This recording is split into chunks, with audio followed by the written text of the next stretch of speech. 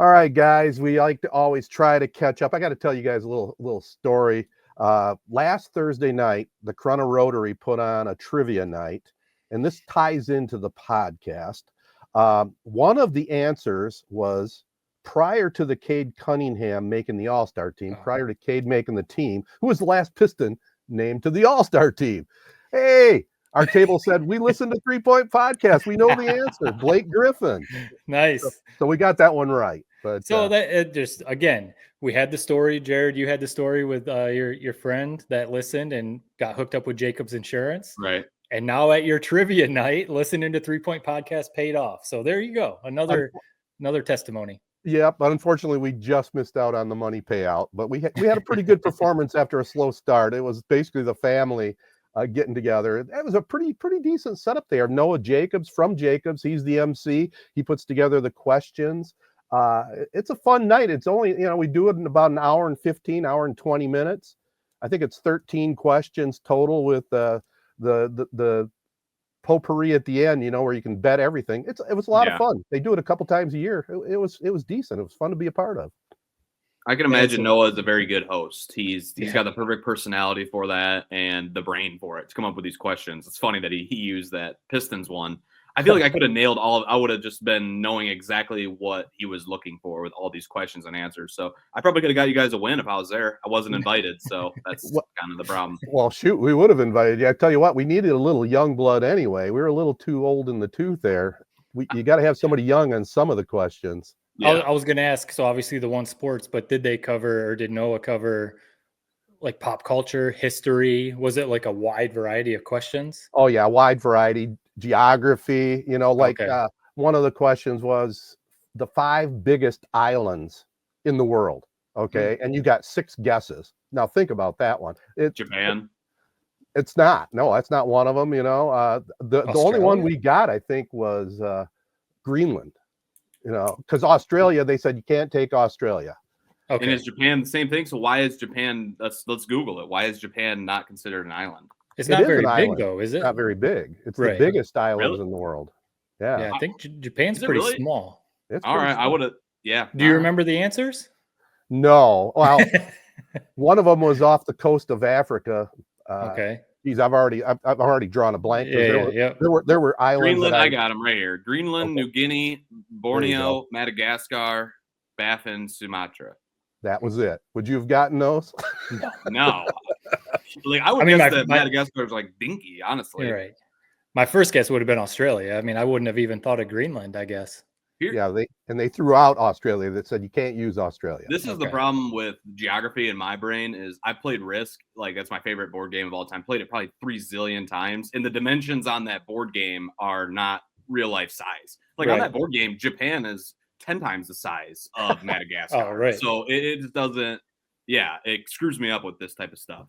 Well, we had to, this is interesting. We could do a whole podcast on this, I feel like, geography and just like learning all that stuff. Because we have on our dinner table, sometimes we have some like placemats that we put in front of the kids. They have like, the solar system, and one of them's the US map. One of them is the whole world map.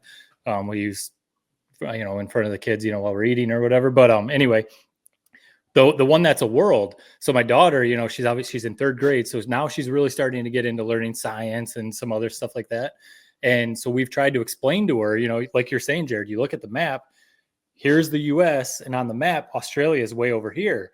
And sometimes we've had the conversation of like, you got to think about that it's a globe. So she'd be like, look how far away Australia is, like going this way. And we're like, well, think about it. It's a globe. So you could actually go the other way, or, having conversations like that, or the scale thing. We'll look at the map, obviously isn't, because it's kind of a kid's map. So it's not to scale. And, the US is like this. And then we look at other continents or countries and we're like, like you're just saying, like, man, some of these are really tiny, or, stuff like that. Or even when we went to Barbados, I had never really looked at where it was on the map. I didn't realize how far south it is. It's really close to South America. Actually, like South America is almost like a stone's throw away. And it's just kind of funny, stuff like that. Unless you're a big geography buff, I guess, growing up, or maybe if you have a really, really in-depth geography class growing up, you don't learn all of that stuff necessarily. You learn the basics maybe. Man, Africa is usually like, I feel like the one that's like, Africa is like half the size it really is on every map you see. Right. Like in real life, it's ginormous. And I got my answer to the Japan thing. So Japan is technically called an archipelago because it is a string of 4 islands. It is not just one island. So that would be why that's not the biggest island in the world. So there you go.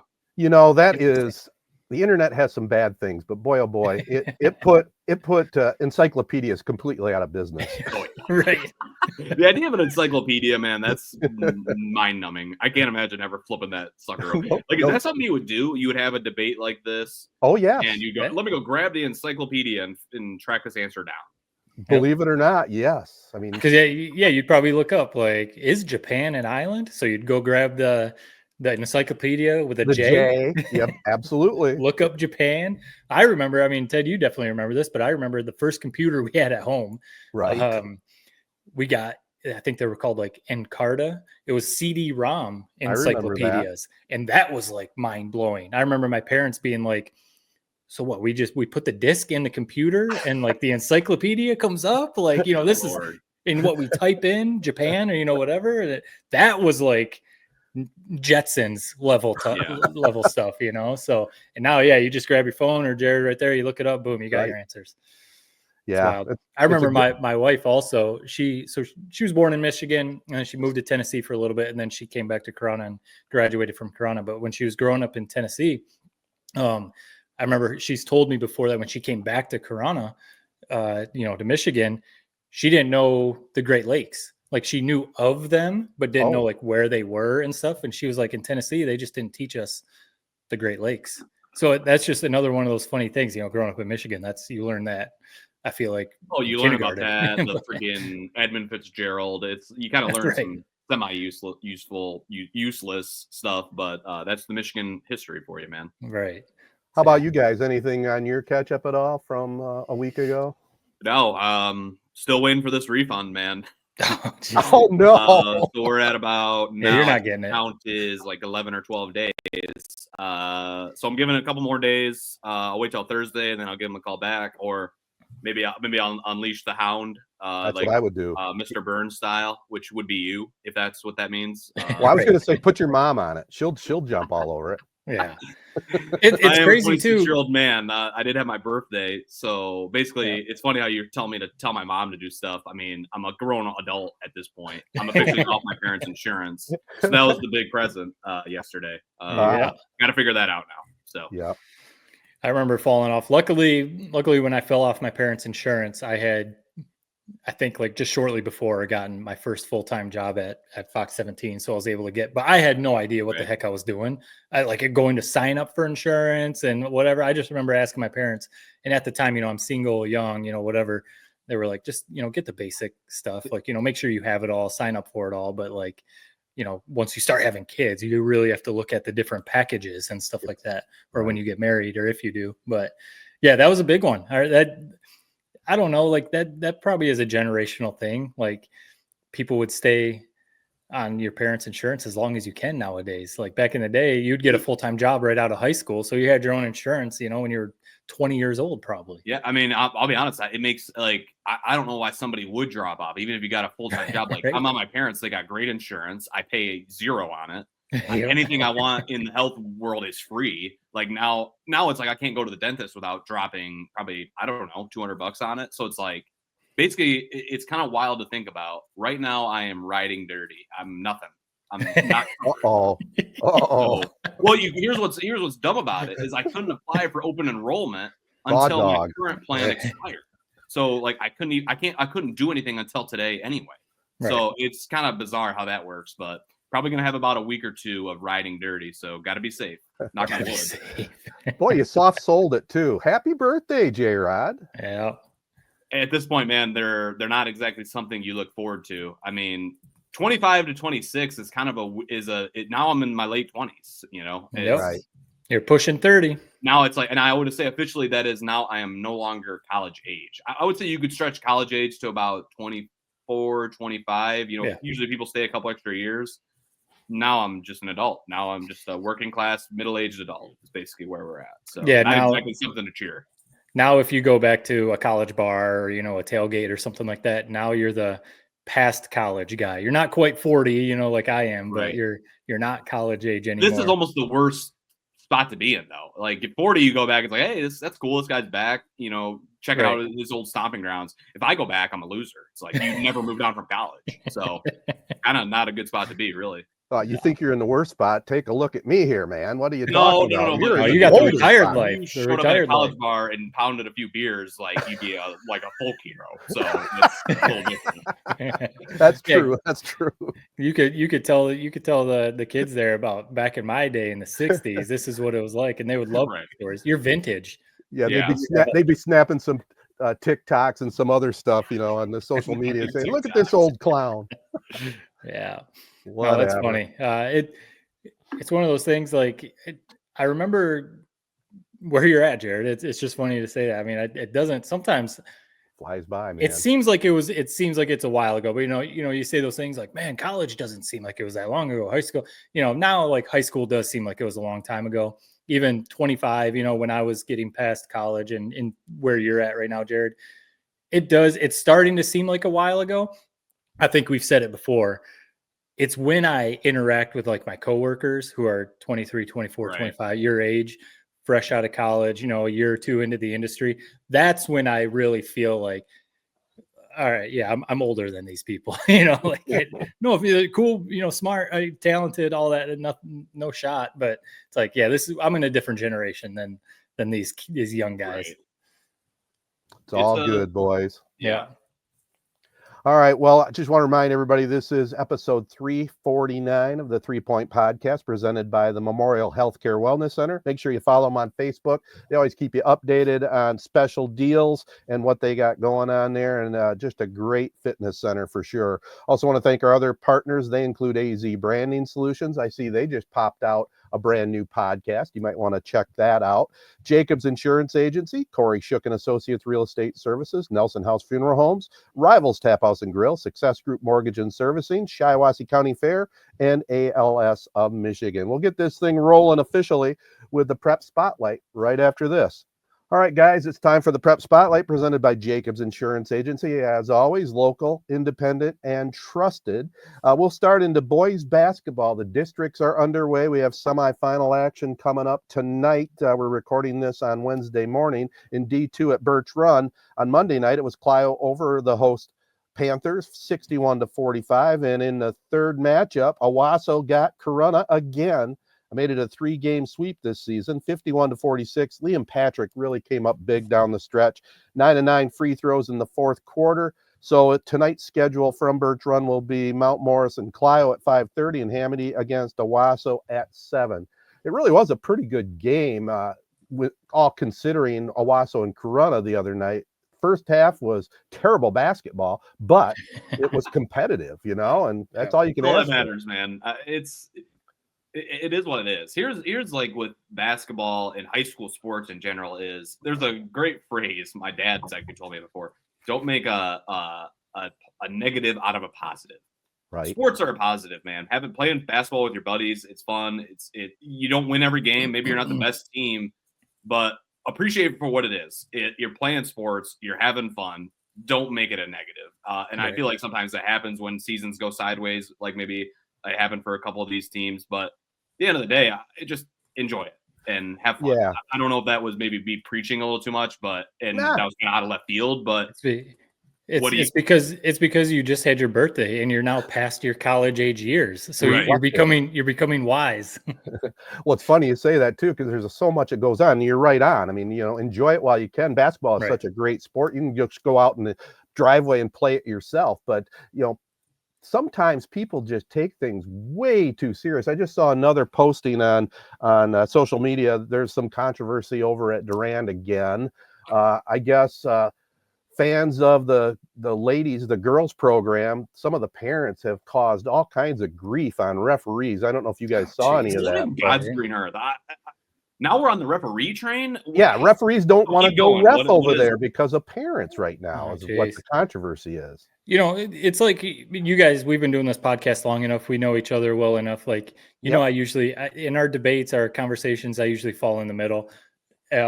Most things, it seems like people are like so extreme right now, one way or the other. And it's like, okay, refs aren't going to be perfect. And if the refs are absolutely blowing calls, clearly making one-sided calls, like just clearly botching the game, sure, get on them, you know, but you can still do it in like a respectful way, you know. I don't think that's what's probably happening. You know, maybe they've missed a couple calls here and there. That's going to happen. These aren't full-time professional referees. These are men or women making $40 a game or whatever, you know, like doing it as a part-time side hustle gig. Dude.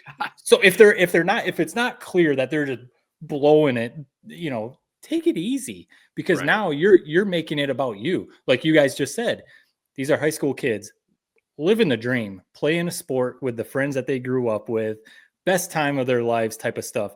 And now the parents are making it about themselves and putting the spotlight on them to the point. Are you being like serious? Like refs don't want to ref Durand games? Is it that extreme? 100%. Oh, geez. According to the social media post, which was legit since it came from the Durand girls basketball coach. Jeez.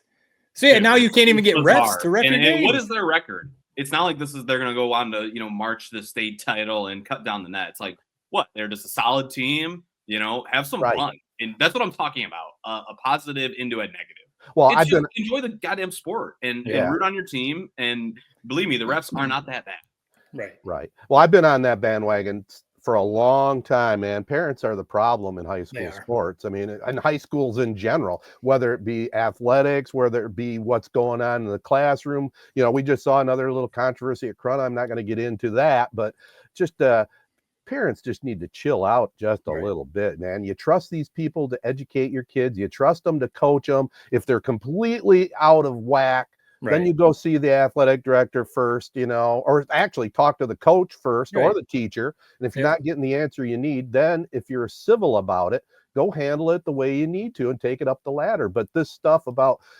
everybody is so brave on social media. That's the thing, man. It's just ridiculous. You know, they won't go talk to somebody face to face, but they'll post a negative thing. Easy as can be. Wow. I went off on a tangent there. No, it's spot on. I just have one little like story that I remember when you were talking about the refs, like when you said that. So I remember, and Ted, you probably were calling this game, I would think. So my brother Johnny's senior year, they had a good team. Like I think they went, 18-2 or something like that. Won the CAAC White with Lansing Catholic and all those teams. Had a very good team, and they were playing Flint Southwestern with Miles Bridges he was a sophomore at the time. So they're very good too. In a great game, back and forth. It was at Goodrich's gym. And it comes down to like the very last play. I think Corunna's down 1 point, and they run a perfect, Valpo play where they, basketball court toss, like maybe 2 seconds on the clock. The player catches it, goes up to like lay it up for the win, gets literally hounded, and the ball like doesn't even go more than like 3 feet off the ground because he couldn't even muster the strength because he got hounded so bad on this foul. Time expires. Refs don't call anything. It's a packed house gym. I remember. Fans are going nuts. These refs have to get off the court. And I'm kidding you, it's literally like it was like a riot was breaking out as these refs are running off the court. All the Corunna fans are getting in this guy's face, reaming him. Can't believe he didn't make the call. And he just luckily got away into the locker room and probably stayed in there for about like 2 hours as if it was waiting for that crowd to clear out. Do you remember that? I mean, that was, I don't want to blame refs, but that was one where I was like, wow, this was literally a season-ending call. That's the extreme side where it's fair. Yeah, you don't want to like physically abuse them, but that's fair, guys. Right, that sounds like a fair one to complain about. It sounds like Ted, you remember it. Yeah, and I might have to go back to the archives and see how I called it too. I do have a little Corunna blood. You should dig up that game broadcast. Honestly, I would like to listen to that. Okay, I'll do that. I'll put that on my list, and I definitely will do that. Yeah, my experience real quick. I know we're getting on some side tangents with Prep Spotlight, but this is all related to the Prep Spotlight. Sure. I at some point in college, I became an official, a registered MHSAA umpire, and because I thought I would do that, as my like side gig. I umpired like my whole time summer baseball, like back in Corunna. That's what I would do during like high school summer break. I would umpire with some friends, summer little league and stuff like that. So I had a ton of experience, but there was one game I was doing, and this was actually in Corunna, and there was a guy who had been umping his whole life, a guy that everyone knew in the area. He'd umpired a ton of games. He was sitting behind the backstop, basically watching. I don't know if he was like, seeing how good I was or whatever, but I was calling balls and strikes for a game. And I'll be honest, I was a little nervous. I was a little like, man, I got to be on this, And at one point, like in between one innings, I was hearing it from some parents and stuff. Oh, come on, Blue, those kind of things. He like pulled me aside and was like, listen, what you're hearing right now is very tame. This is going to get much worse. He was like, the main thing. And I was like, do you think I'm doing all right? And he said, he's like, maybe you've missed a couple calls, but you're being consistent. And he was like, that is the main thing you can ask for. Just be consistent. If you want a low strike zone, keep it low. If you want a high strike, keep it high. And that was like, and obviously I didn't like go on to become a professional umpire, but for me in that moment, I was like, geez, because I thought I was about to start getting reamed by these parents. So yeah, being an umpire is the worst of them all, man. You're right. Those fans are right on you, and you make a decision every 2 seconds. There's no hiding. And it's also you and maybe one other. Sometimes it's you by yourself. With basketball, you got 2-3 other officials with you to kind of handle some of the blowback. But I feel bad. Yeah. Did you ever really get reamed as an umpire? Honestly, like when I started doing JV and varsity games, not as bad as when I did summer Little League. Little League, those parents would be so mad. I'd be like, listen, your kid can't even throw the ball. So yes, my strike zone is going to be this big, so we can all get the hell out of here. You're going to be there for 5 hours, man. Right. Anyway. Again, parents, chill out. Let your kids just play the game, okay? Yep. It's not professional sports. Continuing on with district action, it's Durand and Williamston tonight at 5:30 and a D2 at Fowlerville. Linden and Hazlitt on the other side at 7. Swan Valley, you got Freeland taking on Bullock Creek tonight. And Swan Valley against Alma. Falcons finished the regular season at 18-3 down in Bridgeport, 68-59 last Friday as Wilson Huckabee hit for 23.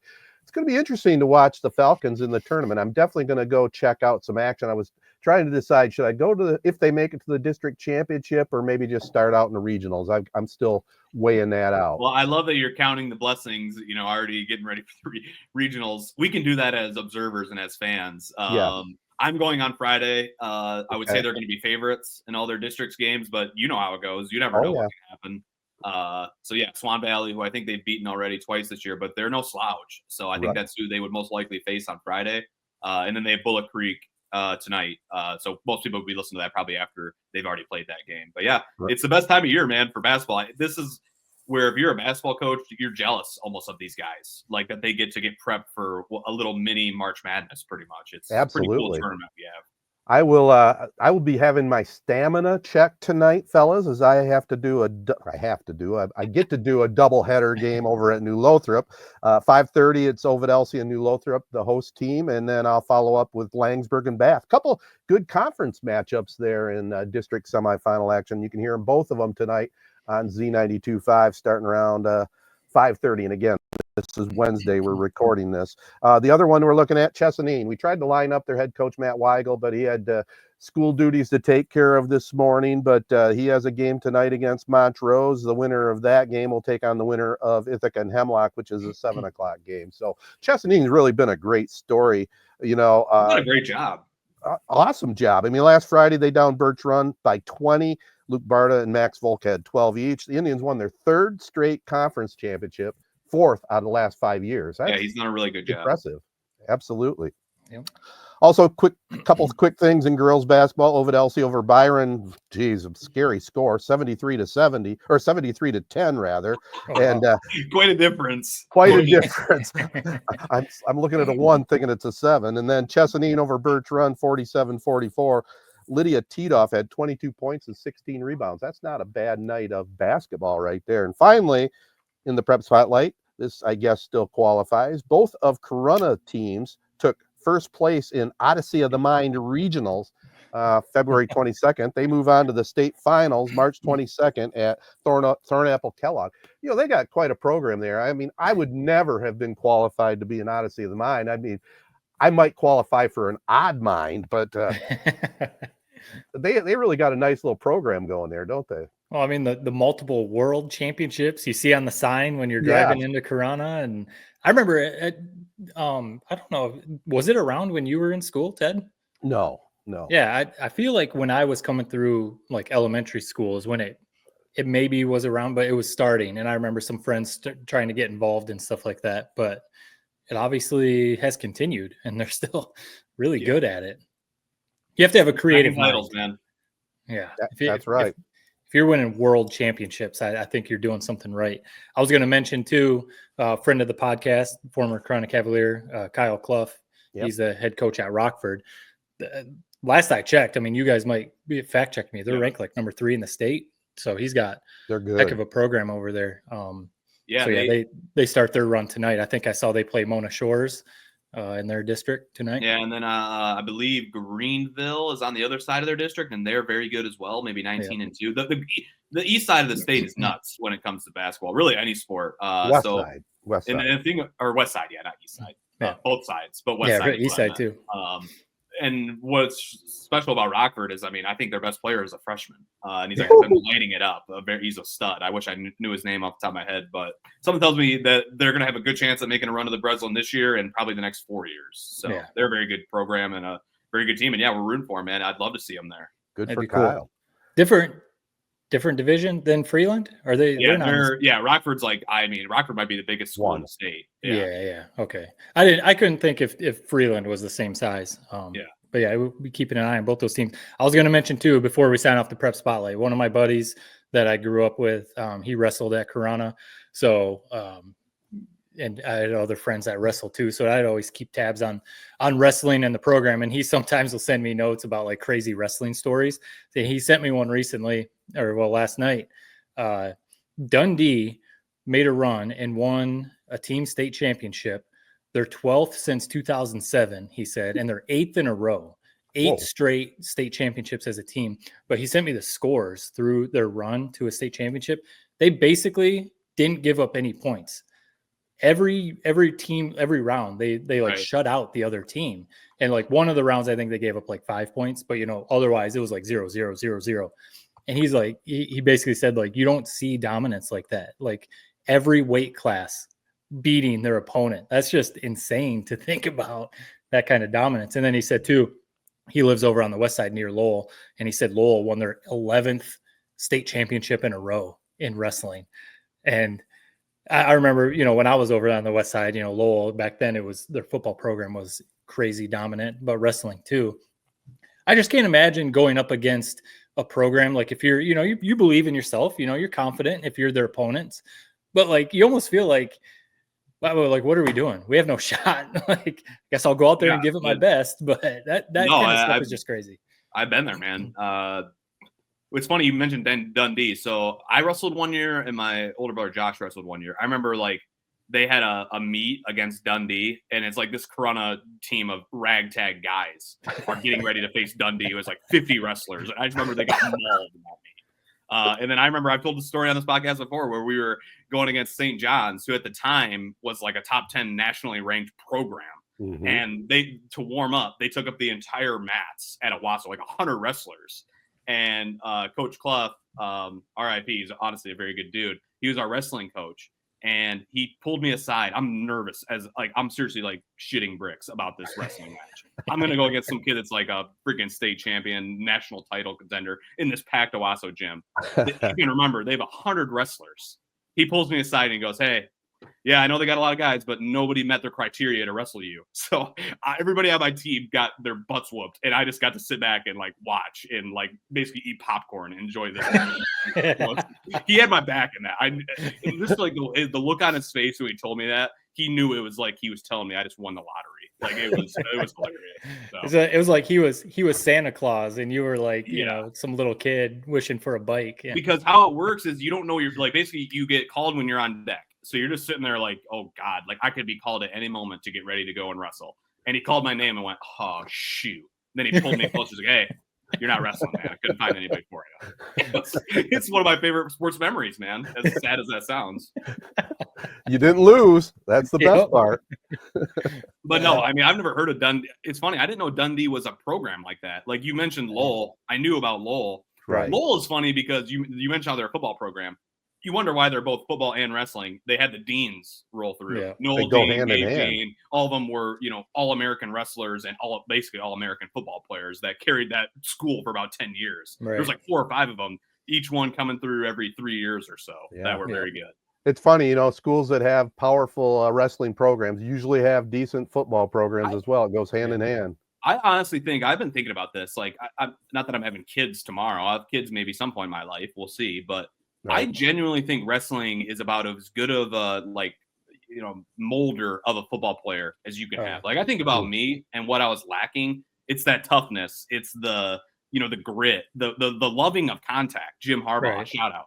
You get that from wrestling. Yeah. And you get that from wrestling when you start it and you're 5 years old. You love tackling. You love, rolling around and in physical hits. So I do think that there is something to be said about exactly what you said, Ted. It's a big correlation, and I agree. Yeah. Well, it's the mental part of wrestling. It's you against one other person. Like you just said, Jared, you were about to go up you on your own against a national championship wrestler. It's not a team sport. Yes, there's team competition, but yeah, you learn a lot. And I feel like you're starting to see that. I mean, the biggest one, Mason Graham, the Michigan player who's about to go. There's been plenty of other ones, but you're starting to see more and more people say like the value and growing up wrestling and that translating to the football field.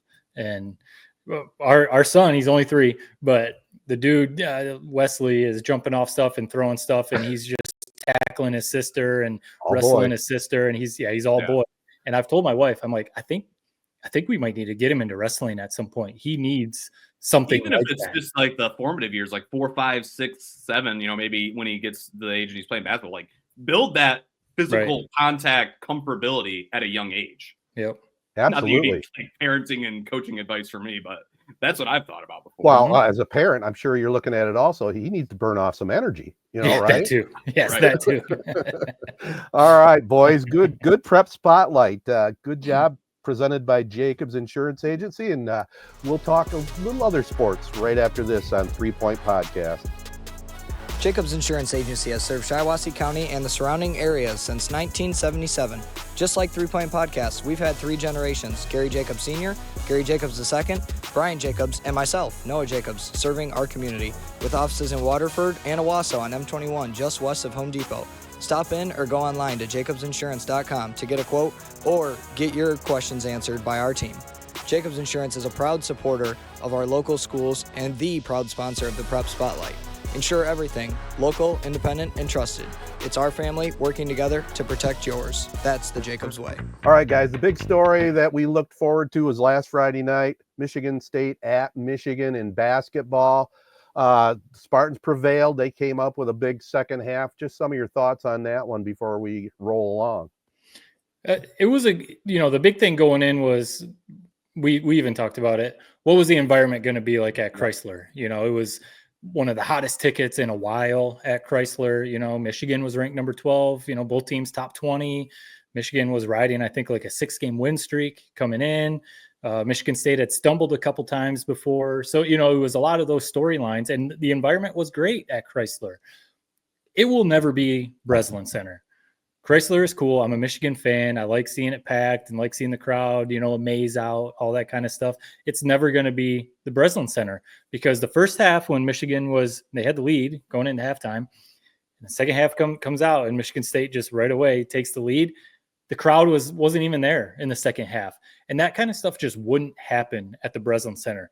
When Michigan State, their opponent, kind of goes on a run at Breslin, the fans stay in it. The fans keep the team, going. They might quiet down a little bit, but they keep the energy going. And that was like one of the biggest takeaways for that game, is that it's almost kind of disappointing as a Michigan fan. I mean, I can't say much because I wasn't there. It's not like I'm buying season tickets at Chrysler, that kind of thing. But it's kind of disappointing to see, like, hey, you have a legit team that, could make a run in March.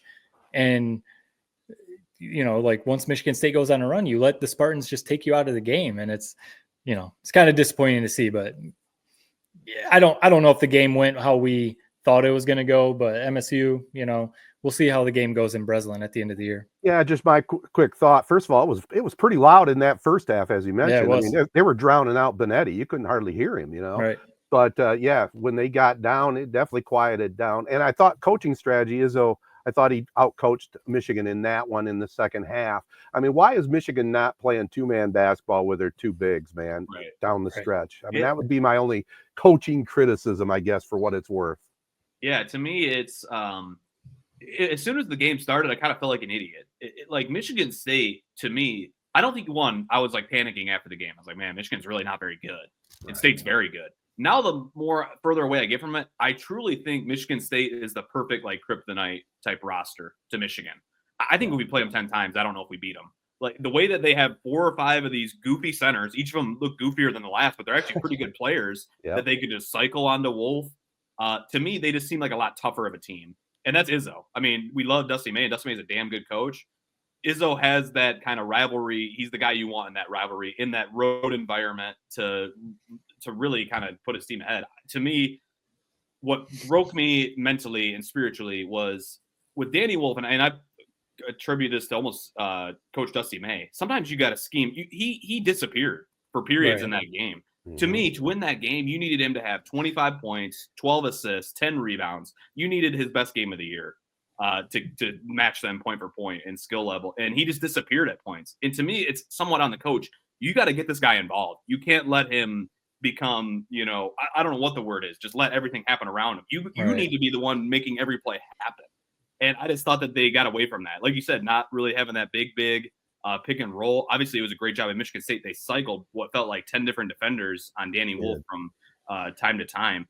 I'm worried about both these teams, but I'm also excited about both these teams come tournament time. Michigan is in a close game with everybody. They seem to play down to their competition every game. So I'm worried about them come tournament time. But I still do think that matchup, with Golden and Danny Wolf, a lot of teams I've never seen that all season. So I really think that will be an advantage come tournament time on 1 to 2 days of prep. Michigan State has been prepping for Michigan all year. They had a great game plan, like you said, with Tom Izzo, putting it together, and I thought they executed it perfectly. But then on Michigan State's side, their offense had spurts in that game. That zone broke their brain in the first half. And they still struggle to score sometimes. I mean, Holloman came through big time for them in that game. So I still think with Michigan State come tournament time, they could have spurts where they don't score for long periods of time, and that could end up resulting in a loss to a lower seed. So if I'm looking at both those teams, like you guys could either make it to the Final Four or either of these teams could be out round 1. We'll see. I think we need it. Michigan needs that other guy to really step up. Trey Donaldson. I don't know who. They can't rely entirely on Wolf and Golden. They need Trey Donaldson to kick in 15. A couple of these other guys to hit big threes. Shedder, I love his energy. We needed a couple more big shots from him, I think, which is kind of scary that we're reliant on that guy to give us that. But I don't know. I felt better about Michigan State out after that game, obviously. I'm a little bit more worried about Michigan is kind of how I feel. How do you guys feel heading into – I mean, we're in primetime March now. I mean, March is coming up on Saturday, March 1st. So you kind of are who you are. Well, how do you guys feel about both teams? I think we're seeing that Michigan's a good team, but it clearly is a team. It was all transfers. It was all a bunch of dudes. We're deep into the season now. Like you said, it's almost March, but it's not like Michigan State with guys who've been in the program for, a couple years, 3 years. And I think some of that comes out. And I don't know. I've said a few times, like people at work ask me like, what do you think about Michigan this year? Stuff like that. And I'm kind of with you. Like, I really think the ceiling is making a Final Four run. We know what it is. And when it comes to March Madness, it's about matchups. And if you can get hot, on the weekend. And I honestly think if Golden just goes up against two teams that doesn't have a big that can guard him, he could carry them, into the Sweet 16. If Danny Wolf, has a good weekend, if they actually shoot the lights out, they have the team that could make a Final Four run. They have a coach that's been there. They could. 100% they could get knocked out in the first round too, because like you said, the other night they played Nebraska and almost lost to Nebraska. Nebraska's probably not even going to make the tournament. So, they definitely could. And the same with Michigan State. We know Michigan State and Tom Izzo, they have a team. If the toughness, the rebounding, the defense, that could carry you to the Final Four. And they've got a couple guys that can knock down shots and score, or they definitely, because they've slipped up against like Indiana and some other teams, they could also lose in the first weekend. So, and I think part of that too is college basketball. Yeah. Like Auburn, Duke, obviously with Cooper Flag. Florida has been really good, but Florida lost last night to Georgia. So that like an awful loss. But otherwise there hasn't been like a super dominant team. Alabama's good, but they have a handful of losses. So I think it's also just like that's how college basketball is. If you get the right draw and the right matchups in the tournament, I definitely think either Michigan or Michigan State could make a run. But it's kind of like, how are you going to pick them if you're filling out a bracket? It's going to be tough. Well, like you said, it's going to matter on the draw, who they play, where they play at. But if I'm just looking at it, without putting a whole lot of weight into that one game against Michigan State, to me, seems like a prime Final Four team this season. You still got to get the breaks, but the way they're playing, like Jared laid out with their big guys, and Jace Richardson, the way he's playing right now, and the other players on that team, and with Izzo coaching them, I don't know. I would favor them over Michigan right now, even though I think Michigan could, make Sweet 16, maybe make a Final Four run, depending.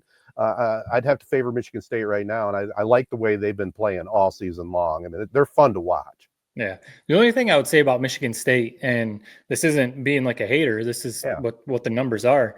That Michigan game was like a clear outlier on their 3-point shooting. They literally, coming into that game, literally they were last in the Big Ten in 18 out of 18 in 3-point shooting. And then in the country, they were ranked like 356th. 356. It's crazy to think there's that many teams in college basketball, first of all, in 3-point shooting. And they shot the lights out against Michigan at Chrysler on the road, which, a lot of times doesn't happen. So I think that would maybe be the one concern, right? They've got the toughness, the defense, the rebound, the big guys. Akins is good. Jace Richardson is looking like he's going to be a superstar. Obviously Izzo. So they've got the formula, but you got to be able to shoot too, come tournament time. You got to be able to knock down threes. Like a mid-major could just shoot them out of the gym. Like you could definitely see that happening. But with Michigan, then my concern with Michigan is okay, they kind of shriveled up in that second half at home. Right. I just worry about them in a must-win game. Do they have the cojones to get it done? Right. With Michigan State, I don't worry about that. That Chrysler performance showed me a lot. That place was rocking, and they silenced it, man. And they played their best game when they needed it. That, to me, that's an important thing. If you can play, that's why I think about an Arkansas. Arkansas goes into Kentucky. It's Coach Cal's, first game back there, and they play their best game of the year. When you have tournament games coming up, I think that's an important skill. And knowing me and how I pick brackets, I'll pick Arkansas to make the Sweet 16. They'll lose round 1, and Michigan State, I'll pick them, to make the Final Four. They'll lose round of 32. But I really think that is a skill, and that was impressive how they played their best ball. Like you said, it was such an outlier. We hadn't seen that team all year. But it was against arguably the best team they've seen all year, and they played their best. So, well, it's funny. We have our roles here on the podcast, but Matt coming out with the stats there. I love it, man. That shut down any argument I had. But I will say this, that the other thing that's kind of silent is defense. And the Spartans play defense. And, that could be huge, too, when we get a little deeper. Oh, for sure. It's hard to believe we're already looking at March right in the window, man. I love it. It's coming up. It's like another season, spring, it really March is. Madness. Let's go. Yeah, because the conference tournaments are right around the corner, and then March Madness is right there. So college basketball season always flies by, especially now with the expanded college football playoff. College football playoff lasts basically all the way through June or January. So by the time football is done, it's mid-season in college basketball already. It is kind of hilarious. Yeah. I made a note about the seasons. I think I've talked about it before. I got 4 seasons. College basketball, mid-February through March, that's a season. NBA, NHL playoffs, that's a season. MLB, the Tigers, from April to August, that's a season. And the 4 seasons football, man, September through mid-February. That's your 4 seasons. Football's half the year in your calendar. Right. Absolutely. That's right. All right. Well, let's keep it on basketball, guys. The Pistons, 32-26, won 7 in a row, definitely getting some national pub. Jared, you working for FanDuel, that's got to be just awesome. They're playing tremendous basketball right now for a young team. Cade Cunningham really is showing that as good as he is. I love the Pistons. Now I'm going to be, starting to watch a whole lot more of Piston basketball. Yeah, 7 straight wins. It hasn't been done since over 10 years ago when Kyle Singler was, the best player on the team at the time when that happened. Mm-hmm. Greg Monroe was putting up some big numbers at that point. It's cool, man. It's, the NBA has had a weird year. I mean, we just got done ripping on the All-Star game.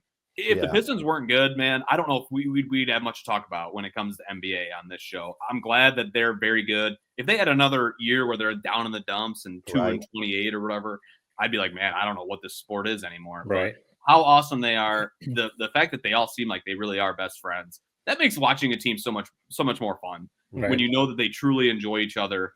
And guys like Malik Beasley, I mean, we talked about him on the show before. I think about one trade this offseason I think people underestimated was maybe not even underestimated. It was stupid at the time. Karl-Anthony Towns for Julius Randle. Obviously, for the on-court things, it didn't really make much sense to pair Anthony Edwards with, Julius Randle, who's like a mid-range, low post type player, whereas Karl-Anthony Towns could stretch the floor. But Karl-Anthony Towns has that personality where he's a talker. He's a good glue guy in that locker room where he keeps it light, keeps it fun. And Julius Randle is not that. And it's funny how the Knicks have become a lot better. And basically the Timberwolves, with arguably the best player in the league, have really taken a step back this year. Right. And that's where guys like Malik Beasley, Tobias Harris, Tim Hardaway Jr., I mean, we know all about Tim Hardaway Jr. with his Michigan days, just a good, solid guy. They filled this locker room not only with some on-the-court talent, but with just good, solid veterans that make it fun, that are teaching these young guys, how to win, how to behave as an NBA player. And I think Malik Beasley, who's a 28-year-old, is very good at mending, the veteran players with this younger core. And I think he deserves a lot of credit. One, because he's like leading the NBA in 3-pointers, but two, because I just think he's such a good locker room presence and keeps things light and keeps guys having fun. They're the best, man. Let's win a playoff series. I think that's where we're at right now. Let's win a playoff series. Let's not just make it.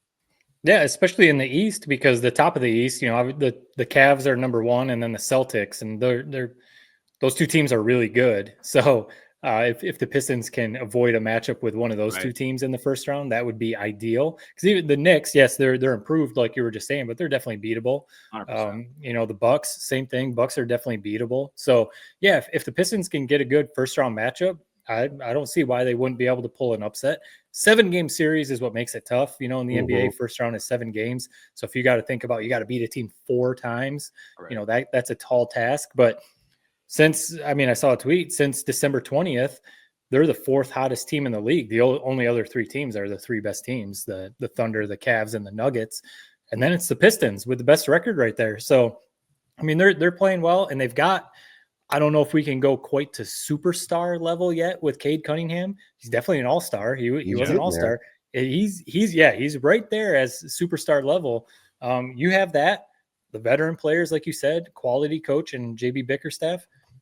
Sure, Pistons, why would you bet against them unless they're going against the Celtics or something like that? But well, let's see if they can make it 8 in a row, because speaking of the Celtics, they have them tonight, Wednesday at LCA. You working that game, Jared?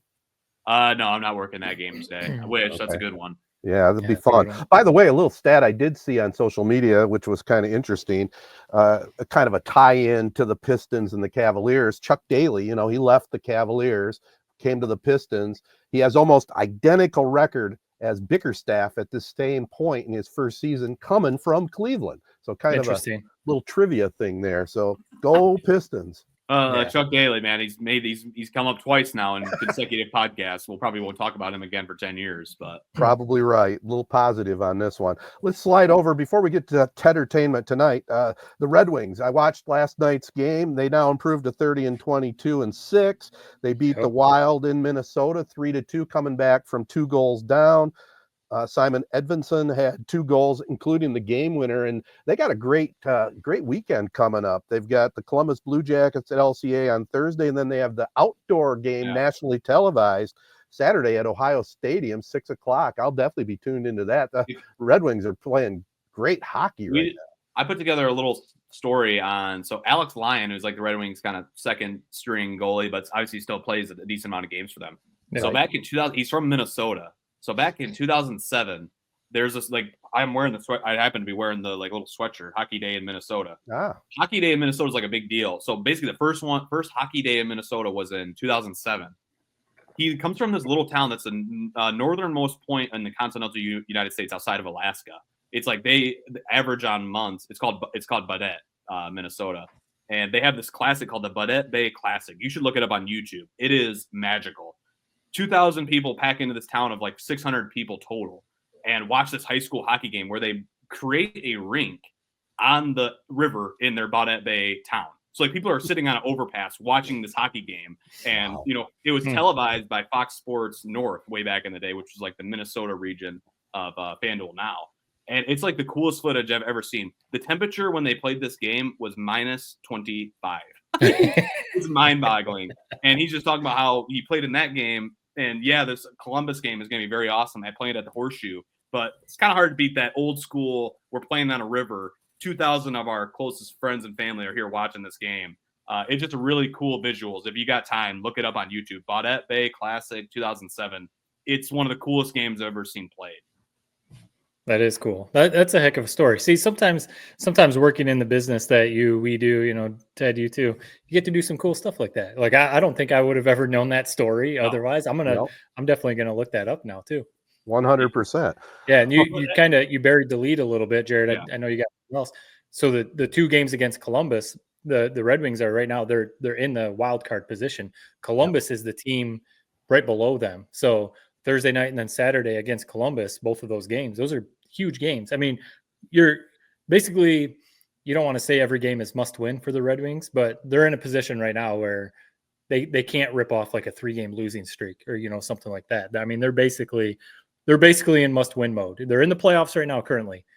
So you got 2 against Columbus, and then the rest of the way you can't slip up. But you gotta. I mean, I'm watching more Red Wings. I've admitted I'm a casual fan. When the Red Wings are good, I'm gonna watch. Definitely when they're in the playoffs.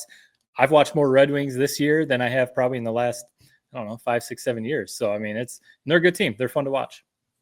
I have one small bitch. I don't know anything about hockey. I tuned in for the four nations face-off.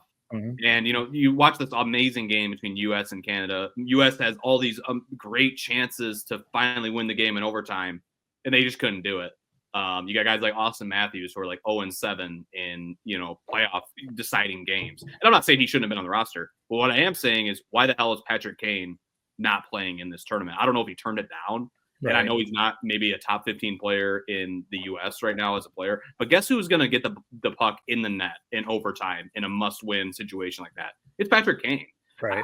It was bizarre to me that he was not on that roster almost entirely for that type of situation. He's going to find a way to get it done. He's had a couple of big time goals these last few games, and I just love him. He's just a cool cat, man. His nickname is perfect. Showtime. Like when they need something to get done, he seems to always be there to deliver it. So that was my one little hockey take. I don't understand why he wasn't on the roster. Yeah, I'd be curious why, because a lot of times, whether it's the Olympics or, All-Star games, maybe not necessarily All-Star games, but Olympics, like the Redeem team kept Jason Kidd on the team because he was that veteran guy. And, the original Dream Team kept Larry Bird, even though Larry Bird was a little. I mean, Sidney Crosby was on the Canada team. It's like I would say it's about the same. Yeah, I'd be curious why Kane wasn't. I'm sure there was a reason. Yeah, I'm just speculating. Maybe he was asked, and maybe he wanted to take the break because of his age and I hope that's some injuries. Right. Again, I just hope he was asked. If he wasn't asked, then that loss I would put on the general manager or whoever the hell put together this squad. Yeah. Hey, one sidebar too, by the way. I have been tuning into hockey a lot more recently because of the Red Wings' success, and I watched that nationally televised game on Saturday afternoon, and I this might be non-biased, but this is definitely a shout out to FanDuel. Ken Daniels and Mickey Redmond. I watched that game last night. I mean, it doesn't get any better than those two, man. They're good. They are awesome. And it's just a whole different game when you watch the home broadcast team, those two guys. It was just awesome. So yeah. Sean McDonough, who did that USA Canada game, he's great calling play. He did a good job too. Yeah. Yes, he did. Okay, so I got an answer to this Patrick Kane thing. He said this quote after watching it. I think this year I didn't play well enough to be picked for the team, so it's not like I'm blaming anyone or anything besides myself. Oh. Dude, you got a whole lifetime of playing well. I don't care if you're not – if this one little rookie is maybe playing a little better this year. Like, it just was a blunder. There you go. Good political answer by him, for sure. Yeah. And I do agree with you, Matt, on McDonough. I mean, I saw somebody posting he might be the best underrated national broadcaster out there. Good. He can do it all. He's really, really good. He is. He's very good. All right. Let's anything else in sports, guys, before we move on to Tedtertainment tonight? Nope. All right. We'll jump right into it right after this.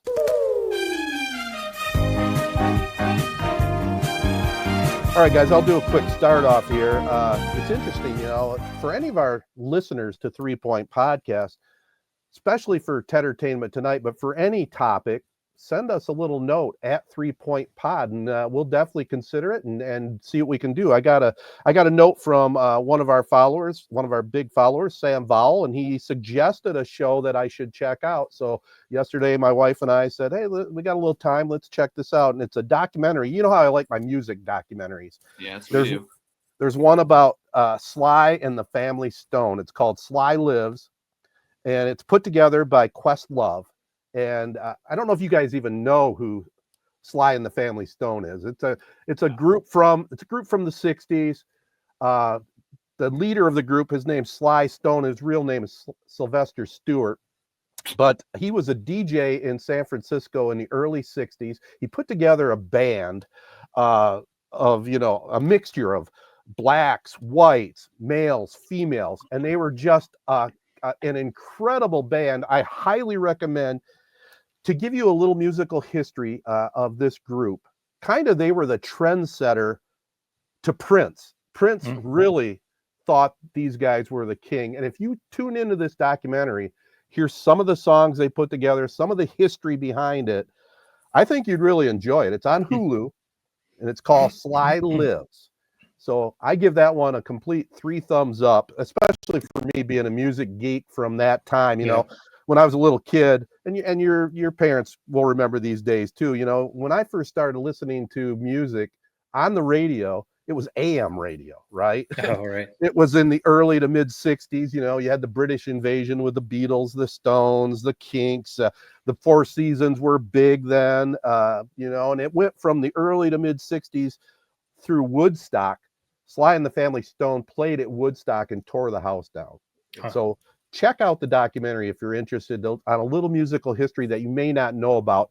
I knew this group. I listened to a lot of their music back in the day, but there was a lot of behind the scenes stuff that I didn't have any clue on. So it was a good tip by Sam. Yeah, I've definitely seen their albums, or I've probably seen some of their music, but I can't think of anything off the top of my head. I'm sure if I heard some songs, it'd be like, oh, okay, yeah, I know that. Was there a tie-in why Questlove put it together? Yeah, what was he just a fan? Love? I think he's been doing some of these documentaries on the Black movement, from back in the day. And in fact, in parentheses on the title, it's AKA The Burden of Black Genius. And the story, I don't want to, if you don't know anything about Sly Stone, it tells about how he started, and it tells about some bad things that happened later in the career. So, I won't get into that because they talk about it in the documentary, but it's really well done. And if you're looking for, an hour and a half, I can't remember how long it was, but it's well worth the watch. Little musical history for you.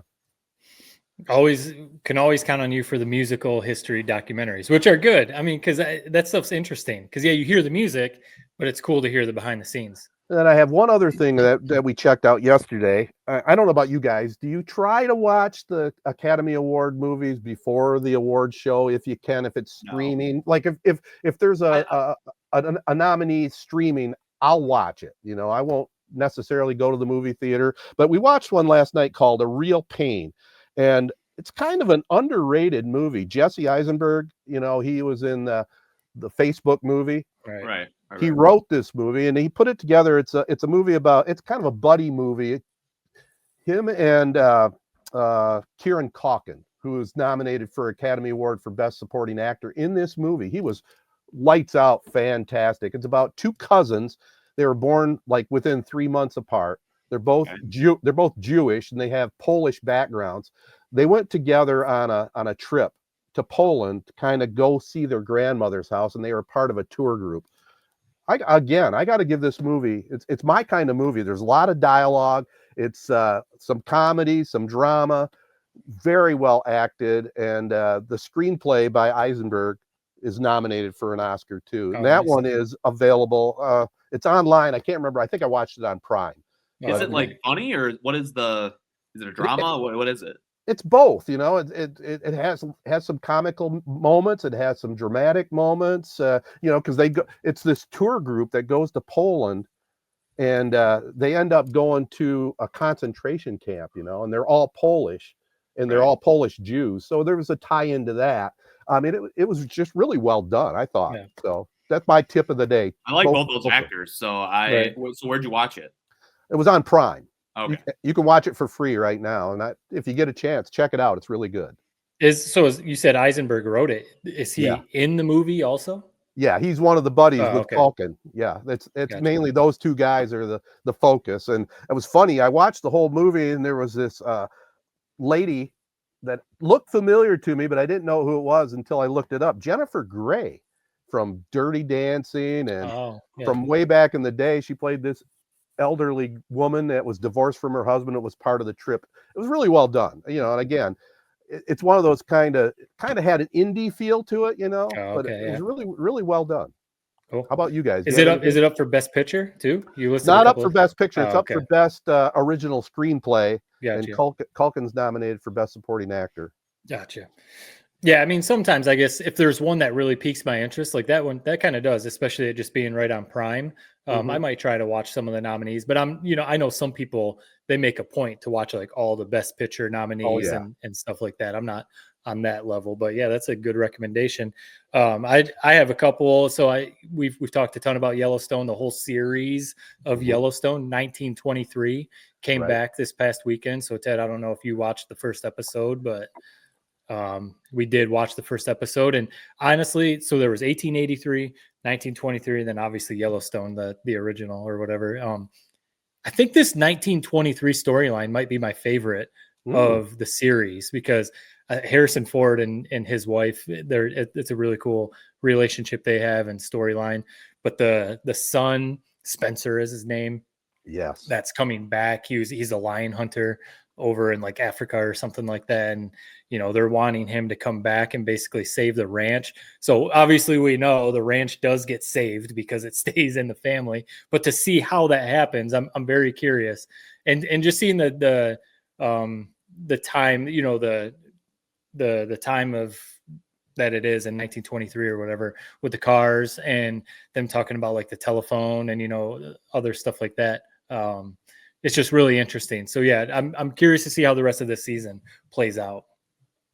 Those shows, man. I mean, I watched Landman. It's amazing how he turns those out. Taylor Sheridan. Yeah, it is. Honestly, I haven't watched the 1883 or the 1923. I probably would enjoy them. I don't know. Just for whatever reason, I haven't gotten into them. Are those airing right now? Like, is there a new season of that airing right now? Yeah, 1923 just started again. So the first episode was Sunday. And then they drop an episode every Sunday. So they just had those Taylor Sheridan. It's like once one season ends, now we'll do Yellowstone. Then after that, now it's Landman. It's he's a one-man network. Basically. At Paramount. Yeah, he's an industry in himself for sure. Yeah, I don't know if I was going to say, I don't know if 1883 they're going to do anything else with that. I think I saw that one's done. Yeah, I think that one's done, and then it moved right on to 1923. Right. So, and obviously because Yellowstone, the story, I'm just curious to see how it plays out because my wife and I were like, okay, so Kevin Costner, John Dutton, he was the guy in Yellowstone. So like we were trying to be like, all right, so who's his dad in this story? Because like Harrison Ford, I don't think is his dad. So we're kind of like, all right, so where does the family like come in and then eventually get to John Dutton? So that'll be like how it ends. Like name him the baby. They'll have a baby birth. Name him John, and that's how the season ends. Boom, and there you go. Yeah, it probably will be. But yeah, so that's good. I mean, I don't know. I like that series. I know it's not for everyone, but I like it. That's good. You guys know I love anything Dream Team, anything U.S. basketball. And we talked about it. You were watching Court of Gold on Netflix.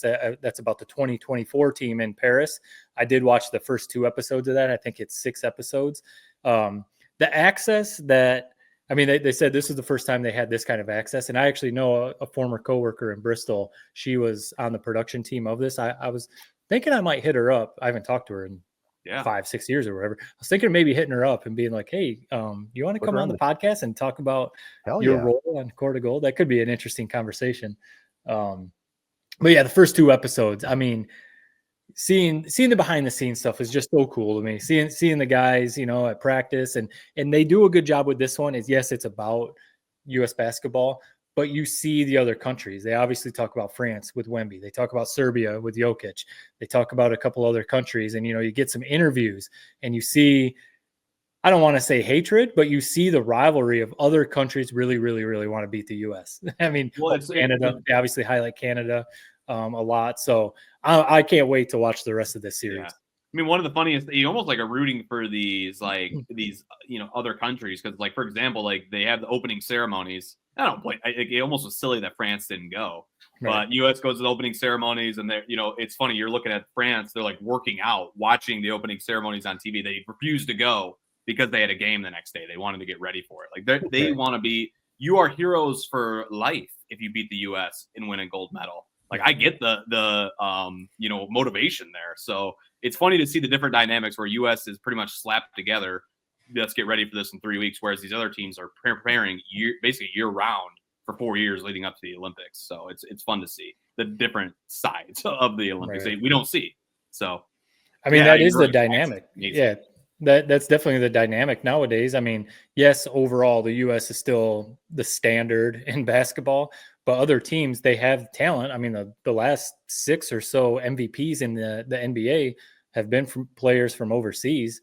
So obviously there are elite players from other countries, but they play together. They have that cohesion. They play together their whole lives. And like you said, the U.S. team a lot of times is kind of slapped together. They get a few weeks to practice, and then you're off to the Olympics. So so I'm curious to watch the rest of that one. I did watch the other one that's on Max.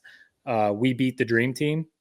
It's about the select team, the college players that, the legend, but it's actually true that the first scrimmage, they beat the Dream Team. A collection of 8 college players went in there and beat, the best team ever assembled, the 92 Dream Team. And that thing, I almost want to watch it again. It's just a one time, hour and a half.